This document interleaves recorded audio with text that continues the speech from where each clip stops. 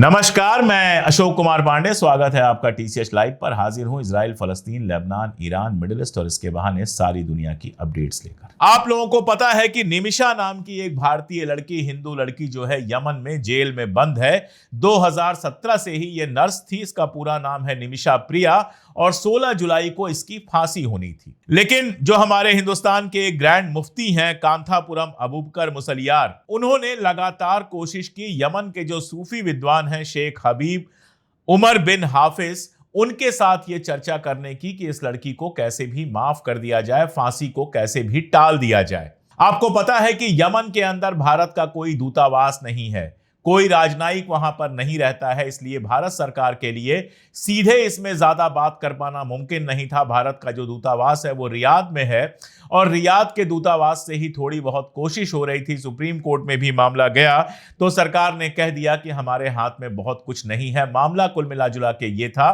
कि निमिषा वहां पर नर्स का काम करती थी। जो बंदा था जिसने उसको नर्स का काम दिलवाया था, तलाल, उसने उसका पासपोर्ट जब्त कर लिया था, हर तरह से उसको परेशान करता था। भाग जाना चाहती थी निमिषा और उसके लिए एक दिन नींद की गोलियां खिला दी तलाल को।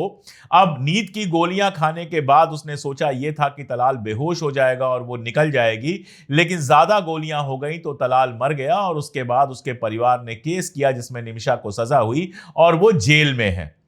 फांसी होनी थी 16 जुलाई को, लेकिन ग्रैंड मुफ्ती साहब जो हैं कांथापुरम अबूबकर मुसलियार, उन्होंने अपनी कोशिशों से निमिषा प्रिया की फिलहाल जान बचा ली। आगे क्या होगा, कैसे होगा, मुआवजे के लिए उनका परिवार, तलाल का परिवार राजी होगा, जिसको ब्लड मनी कहते हैं, उसके लिए उनका परिवार राजी होगा कि नहीं होगा, वो तो आगे की बात है। लेकिन सोच के देखिए, जब चारों तरफ इतनी नफरत है, हिंदू मुसलमान चारों तरफ इतना तमाशा किया जा रहा है, तब एक ग्रैंड मुफ्ती आगे आते हैं और बचाते हैं एक हिंदू लड़की को जो यमन की जेल में अभी भी बंद है। आप सोच के देखिए, गजा के अंदर एक चर्च के ऊपर स्ट्राइक होती है जिसमें कई लोग मारे जाते हैं, कई लोग घायल होते हैं। पूरा पश्चिम और अमेरिका चर्च की बात करता है, ईसाइयत की बात करता है, ईसाई बहुल इलाका है।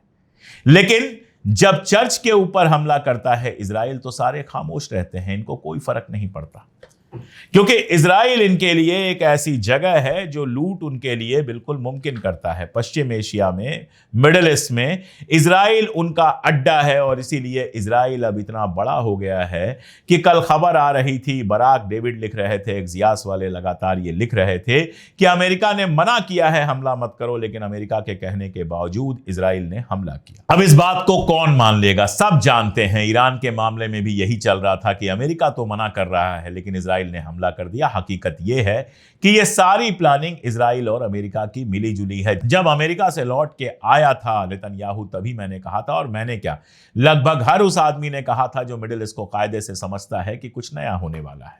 कोर्ट में केस चल रहा है, हरेदी पार्टी समर्थन वापस ले रही है, गजा में प्रेशर लगातार बन रहा है कि सीज फायर किया जाए। आज भी टाइम्स ऑफ इजराइल की खबर है कि गजा में जल्दी सीज फायर होने की उम्मीद है और गजा में सीज फायर अगर हो गया तो इस्मारिट जैसे लोग और बाकी जो उसके कट्टरपंथी समर्थक हैं वो समर्थन वापस लेने को तैयार हैं। सरकार खतरे में है, तो इस समय सबसे जरूरी यह है कि कोई ना कोई जंग चलती रहनी चाहिए। तो अब कहा जा रहा है कि इजराइल की सेना सीरिया में लंबी जंग लड़ने को तैयार है।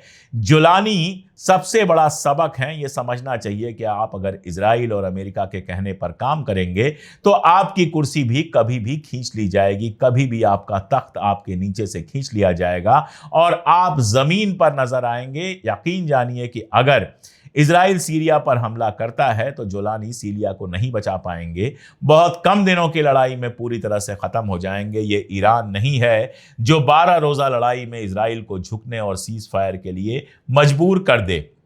असद के टाइम में एयर डिफेंस सिस्टम था, बाकी सारी चीजें थी, हिजबुल्लाह का सपोर्ट था, इधर से ईरान का सपोर्ट था, इसीलिए सीरिया सेफ रह सका। अब जोलानी आ गए हैं, बहुत जल्दी सीरिया एक मुल्क के रूप में खत्म हो सकता है। एक हिस्सा टर्की ले जाएगा, एक हिस्सा इजराइल ले जाएगा और जब ये लूटपाट मचेगी तो ईरान शांत रहेगा, ये नहीं कहा जा सकता। शियाओं को बचाने के नाम पर ईरान भी आ सकता है और फिर जो होगा उसकी कल्पना आप बड़े आराम से कर सकते हैं।